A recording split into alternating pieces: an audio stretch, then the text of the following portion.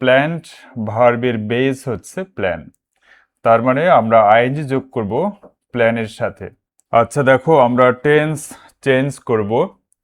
দেখো দেওয়া আছে Farhanaz school planned field trip, ব্র্যাকেটে দেওয়া আছে প্রেজেন্ট কন্টিনিউয়াস টেন্সে চেঞ্জ করতে হবে। তো মনে রাখতে হবে যে টেন্স পরিবর্তন মানে ভার্বের ফর্মের পরিবর্তন। সেন্টেন্সের সাবজেক্ট, অবজেক্ট কিংবা এক্সটেনশন যেটা থাকবে সেটা ঠিকই থাকবে, শুধুমাত্র ভার্বের ফর্ম পরিবর্তন করতে হবে। তো তার আগে তোমাকে জানতে হবে যে টেন্সে চেঞ্জ করতে বলা হচ্ছে সেই টেন্সের স্ট্রাকচার তোমাকে জানতে হবে। যেমন প্রেজেন্ট কন্টিনিউয়াস টেন্সের হেল্পিং ভার্ব হচ্ছে অ্যাম ইজ আর, এবং মেইন ভার্বের ফর্ম হচ্ছে আইএনজি। মেইন ভার্বের সাথে আইএনজি যোগ করতে হবে বেস ফর্মের সাথে। তো দেখো আমরা লিখছি ফারহানাস স্কুল, এটা হচ্ছে আমাদের সাবজেক্ট। দেখো প্রেজেন্ট কন্টিনিউয়াস, তো ফারহানাস স্কুল, তার মানে এখানে হেল্পিং ভার্ব ইজ হবে। দেখো স্কুল হচ্ছে third person singular number, Farhana's school is, আমি হেল্পিং ভার্ব লিখেছি। কন্টিনিউয়াস টেন্সে মেইন ভার্বের ফর্ম হচ্ছে আইএনজি, এবং মনে রাখতে হবে যে আইএনজি যোগ করতে হবে ভার্বের বেস ফর্মের সাথে, বেস ফর্ম। তো এখানে মেইন ভার্ব হচ্ছে প্ল্যান্ড, দেখো এটা প্ল্যান হচ্ছে বেস ফর্ম, এটাও যেহেতু পাস্ট সিম্পল টেন্স ফলে ভার্ব এখানে V2 বা পাস্ট ফর্মে আছে। তো প্ল্যান্ড ভার্বের বেস হচ্ছে প্ল্যান, তার মানে আমরা আইএনজি যোগ করব প্ল্যানের সাথে। তাহলে আমরা লিখব ফারহানাজ স্কুল ইজ প্ল্যানিং হবে।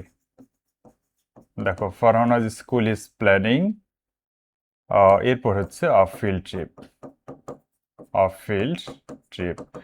এবং খেয়াল করো যে সাবজেক্ট অংশটা ঠিক আছে এবং অবজেক্ট ফিল্ড ট্রিপ, দেখো এটাও ঠিক আছে, শুধুমাত্র ভার্বের যে ফর্ম এই জায়গাতে পরিবর্তন করেছি আমি। ওকে, নেক্সট হচ্ছে বিতে দেওয়া আছে, দেখো বিতে দেওয়া আছে they were excited to explore the museum. Simple present tense, simple present tense আমরা করব।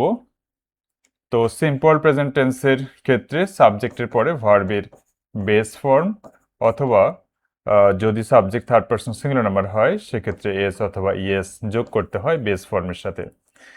তো এখানে দে হচ্ছে সাবজেক্ট, দেখো ওয়ার এক্সাইটেড আছে, দেখো ওয়ার হচ্ছে ভার্ব, ওয়ার হচ্ছে ভার্ব, আমরা সিম্পল প্রেজেন্ট করব, তার মানে ওয়ারের এটা হচ্ছে পাস্ট ফর্ম, এটার প্রেজেন্ট ফর্ম হচ্ছে আর।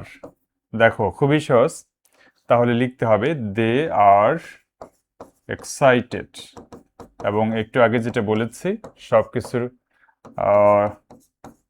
অপরিবর্তিত থাকবে দ্য মিউজিয়াম, শুধুমাত্র ভার্বের ফর্ম পরিবর্তন করতে হবে। দেখো শুধুমাত্র ভার্বের ফর্মে পরিবর্তন এসেছে, বাকি ব্যাপারটাতে কোনো পরিবর্তন নাই। দেখো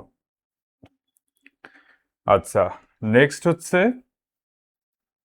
দেখো সিতে আছে they started visiting different galleries. দেখো they started visiting different galleries, এবং সিম্পল প্রেজেন্ট টেন্স করতে হবে। তো সাবজেক্ট হচ্ছে দে আর স্টার্টেড, দেখো started, they started, simple past tense, এটা হচ্ছে simple past tense, simple past. আচ্ছা, তার মানে স্টার্টেড এটার বেস ফর্ম হচ্ছে বা প্রেজেন্ট ফর্ম হচ্ছে স্টার্ট, দে স্টার্ট ভিজিটিং, দেখো ভিজিটিং হচ্ছে অবজেক্ট, ডিফারেন্ট গ্যালারিজ, দেখো গ্যালারিজ, দেখো সিম্পল প্রেজেন্ট টেন্স হয়ে গেল they start visiting different galleries. Okay, next হচ্ছে আর ডিতে আছে they carry the memories of the war. Simple past tense, simple past মানে সাবজেক্টের পরে ভার্বকে পাস্ট ফর্মে লিখতে হবে। তাহলে আমরা এখানে লিখব দে ক্যারি আছে, এটাকে পাস্ট ফর্মে লিখলে হবে ক্যারিড, দে ক্যারিড দেখো কাজ শেষ, শুধুমাত্র ভার্বকে পাস্ট ফর্মে লিখলেই হয়ে যাবে। They carried the memories of the war. Next হচ্ছে it was really a memorable trip for them. Simple future tense, দেখো সিম্পল ফিউচার। তো এখানে সিম্পল ফিউচার দেখো ইট, এরপরে ওয়াজ, ইট ওয়াজ, দেখো এখানে ওয়াজ আছে এবং ওয়াজ হচ্ছে বি ভার্বের একটি পাস্ট ফর্ম। তো ইট যেহেতু সিম্পল ফিউচার এবং ফিউচারের যে কোনো টেন্সে উইল থাকবে, দেখো উইল থাকবে, উইলের পরে ওয়াজের বেস ফর্ম বসাতে হবে। এটা যেহেতু আমাদের ভার্ব, তো ওয়াজ হচ্ছে একটি বি ভার্ব এবং বি নিজেই হচ্ছে বেস ফর্ম। সো ওয়াজের এটা বি বসবে। ইট ওয়াজ, সরি ইট উইল বি। কেন এটা হয়েছে? যেহেতু ফিউচার সিম্পল, ফিউচার মানে উইল থাকবে এবং ওয়াজ এটার বেস ফর্ম বসবে।